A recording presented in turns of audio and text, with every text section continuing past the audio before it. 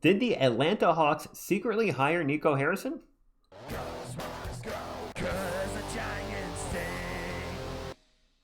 What is up, San Antonio Spurs fans? Welcome to TSR Sports, and also Atlanta Hawks fans and Washington Wizards fans if you're stopping in to chime in. Nice win from the Spurs last night, beating LA.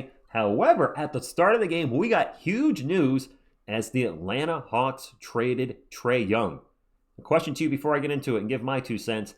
Do you think the Atlanta Hawks got fleeced on this trade? And with the again part, we'll talk about that in just a few moments. But let's get into the trade from ESPN. The Atlanta Hawks traded Trae Young to the Washington Wizards for CJ McCollum and Corey Kispert. That's it. No picks. Straight up players. If you told me this trade was in the works, I would have thought for sure, at least, the Hawks would have got just one first round pick from the Wizards. It doesn't even have to be this year's draft. 2029, 2030, a pick swap, something. No, they got nothing. Absolutely nothing from the Wizards pick-wise. 2 players for 1. Let's break down the trade a little bit. Trae Young, 27 years old, 4-time All-Star, 2021-22 All-NBA. Last year, he led the league in assists per game, and right now he's currently making $46 million per year. Okay, so you're giving up a top 5 point guard in the NBA, or top 10, depending on your perspective. I think we can all at least agree, Trae Young, top 10 point guard in the NBA. Debate further in the comments if you want to say he's top 5. CJ McCollum, 34 years old. In 2015-16, he was the most improved player, and he's currently on a $31 million deal. And Corey Kispert is 26, and, well, he's on a $14 million deal. So what this looks like is a pure salary trade. The Hawks getting out from Trae Young's contract and his impending contract coming up soon. That being said, I still can't believe they didn't get a first-round pick out of us. Even maybe some seconds. Nothing. All right, so you might be saying, TSR, okay, the trade happened. How does this affect the San Antonio Spurs? Well, first thing is I saw this from Air Al this morning. I think they make some good points here. Trae Young proves that the point guard market is ruined. Wait a minute. What? On paper, the Trae Young deal looks like the biggest fleece we have ever seen.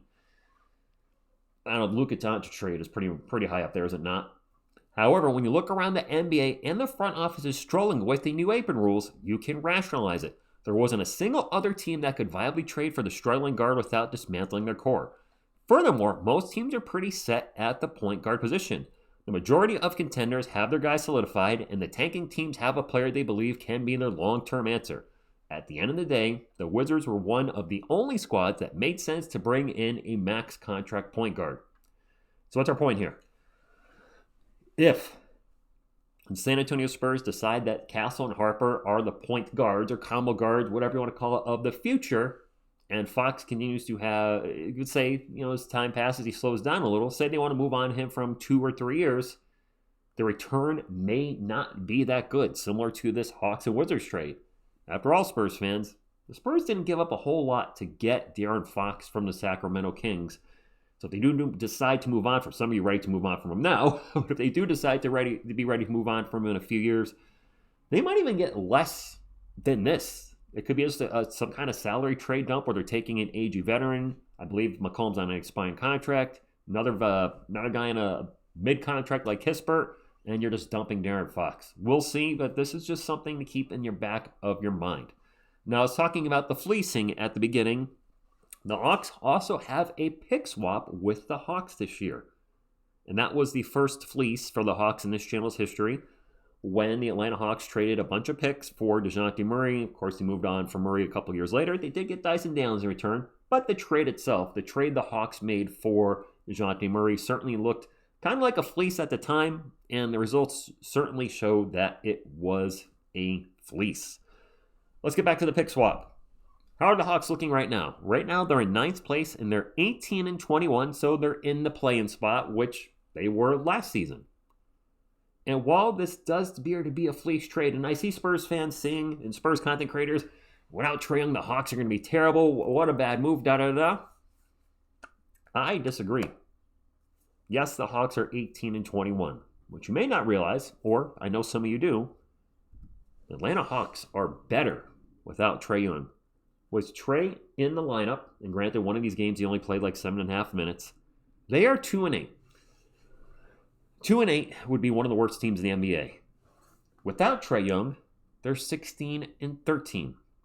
There's your overall 18-21 record. They are better without Trae Young. Trae Young, if anybody's a Trae Young fan watching, he is a good basketball player. Huge clutch shots for the Atlanta Hawks. I think last year he was 4th overall in clutch player of the year voting. So he's been very good. But he's not been great. He's had some flaws in his game. He's a poor defender. We've all talked about this on the channel when many people wanted the Spurs to trade for Trae Young. I'm glad that did not happen. He's a poor defender. He's not a great shooter either. I might be a little harsh there with the bad shooter. Maybe he takes bad shots. Maybe that's more accurate. But his lifetime splits are 43, 35, 87. He's a very, very good free throw shooter. 35% from 3 is league average. I think this year he's shooting 31% or worse. And an overall field goal percentage of 43 is not great either. Not the worst. But in today's cupcake defense NBA, if you are a huge all-star making $50 million a year, I'd like to see your numbers maybe closer to 46, 38 with that same free throw percentage. Looking at you, De'Aaron Fox, whose three-point numbers have been dropping substantially lately. And then, of course, the turnovers. Trae, I think, I actually did not look this up, but has he not led the NBA in turnovers for a season per game? Maybe twice, and his career average is 4.2. He's actually averaging 3 turnovers a game this year, so he's actually cleaned it up a little bit. But overall, over 4 turnovers a game in your career is way too many. The Atlanta Hawks have moved on from this and are building around Jalen Johnson, who was having a fantastic year for Atlanta. 23 points a game, 10 rebounds, and 8 assists. He's averaging almost a triple-double. With Trae Young out of the lineup, eating up, 8 or 9 assists per game, maybe he could get it up to a triple-double. That is incredible. Absolutely incredible. I think that's the last slide. Yep, we've already wrapped around. So there's a trade. CJ McCollum and Corey Kispert, they're going to add three-point shooting. I believe when I last checked, they were both shooting about 39% this year. And you might disagree, but I think the Hawks are going to be better. And for San Antonio Spurs fans, that means that pick swap, I think, is probably going to land probably between 14, or it did last year, somewhere between 14 and 18. I still think the Hawks got fleeced, though. I do. There must have not been any buyers on the market for Trae for him to go for so little. An aging vet, a guy off the bench for a 4-time All-Star. I guess that's the NBA. The De'Aaron Fox trade, the Luka Doncic trade. I mean, look at the coincidence between those 3 players.